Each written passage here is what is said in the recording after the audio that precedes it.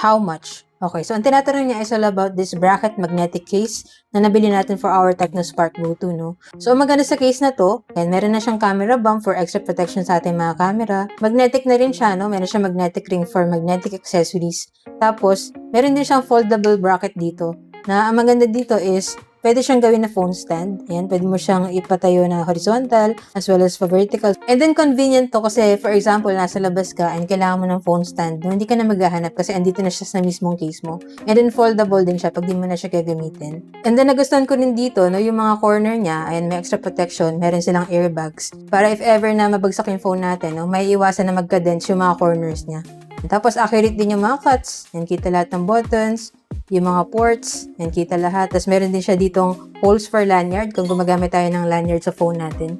And then meron na rin silang in-include dito na free lanyard. Yan, so hindi ka na bibili kung gusto mo maglagay ng lanyard sa case ng phone mo.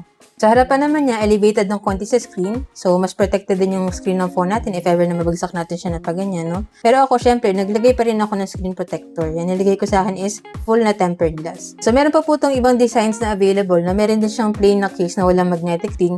And then, meron din magnetic ring lang na walang foldable bracket. Ito sa akin yung meron siyang foldable bracket and magnetic ring. Regarding naman po sa kanyang price, nag-iiba-iba po kasi depende pag may sale or wala. Pero hindi naman din siya ganun kamahal.